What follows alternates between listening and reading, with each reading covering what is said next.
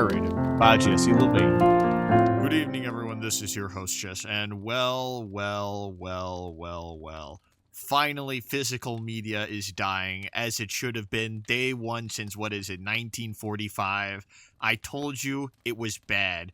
I said in the 40s, physical media was bad. I said in the 50s, 60s, 70s, 80s, 90s, and then whatever happens in the 2000s, I didn't care anymore. But now, finally, Sony and them are like, you know what? It's finally time to ditch physical media. And I'm like, Jesus Christ, bandwagon much? Like, you know, sometimes you try being a trend star and everyone's like, oh, you're so stupid and silly. 1945, are you crazy?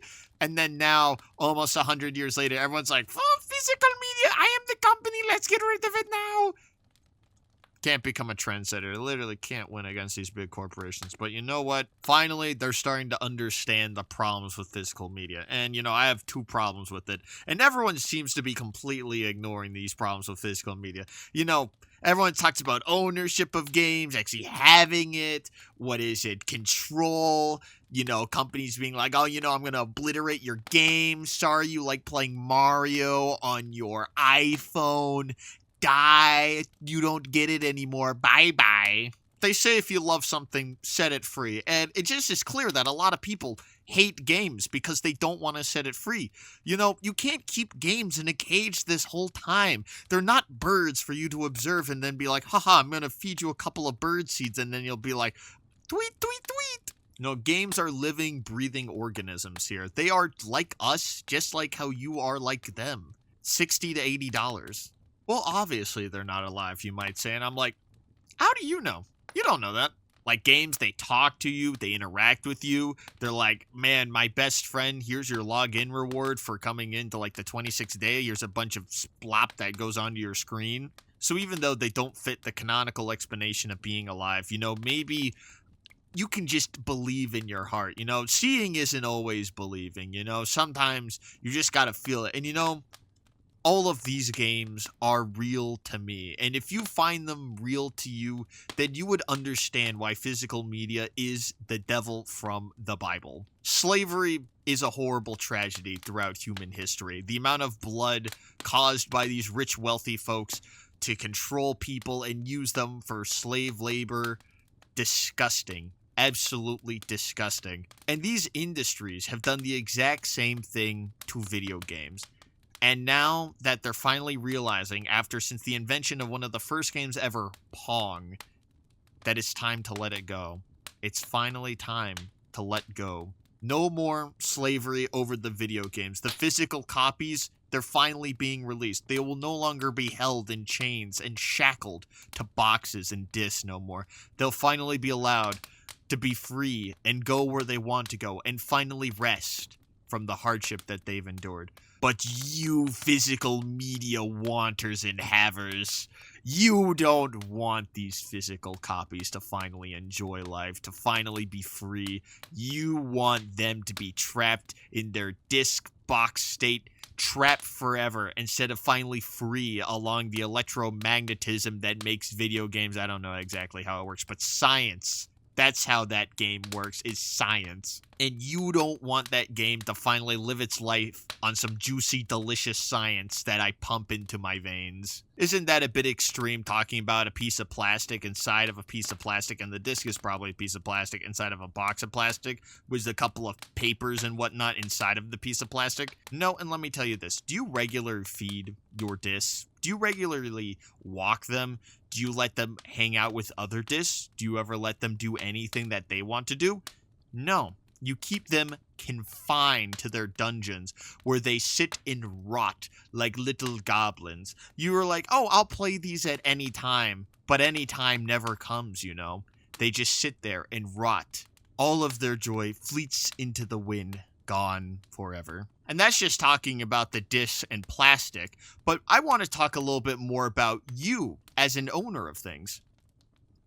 You know, people considered slaves, people, by the way, as property, something that could be bought and sold like a good or a service. And it mattered not what you felt. You were just simply good. And you could do whatever you want. Horrible, horrible, horrible things to said good or service. and you want to own games like property, like slaves were property? Viewer, I want you to know this. You have grown up in a time similar to that of the ending of slavery. You know, social strife and all of that never ends. It keeps going on and on and on. And I understand. You love having them. They're great. They're wonderful. They're fantastic. But at the same time, what does the disc want?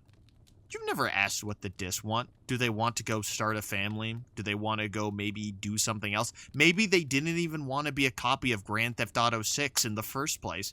Maybe they wanted to be a copy of Grand Theft Auto, man, I really love buying things with my credit card. Huh?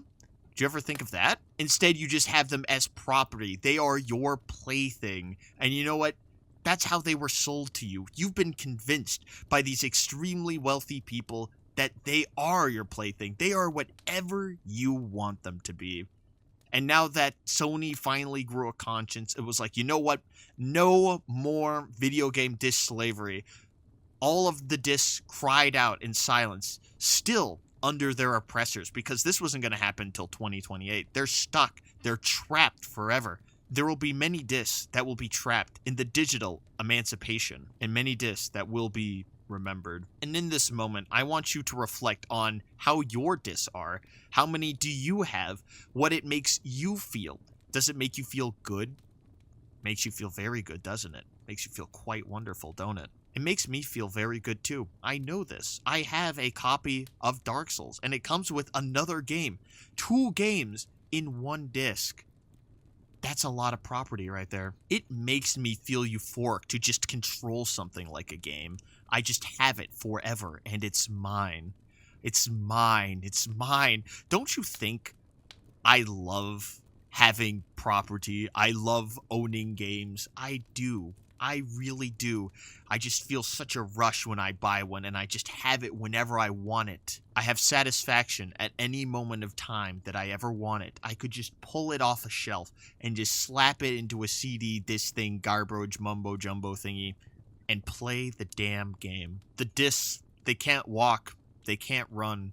Where can they go but into my CD slot? Sony made the announcement, and I said, what bullcocky here? I want all of my games to own forever. They're mine. Mine! And then you know what I saw?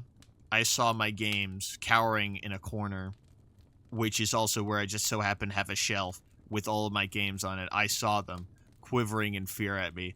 They didn't respect me because I purchased them with $60 to $80 depending on the game, or maybe $20 to $40 depending on the game.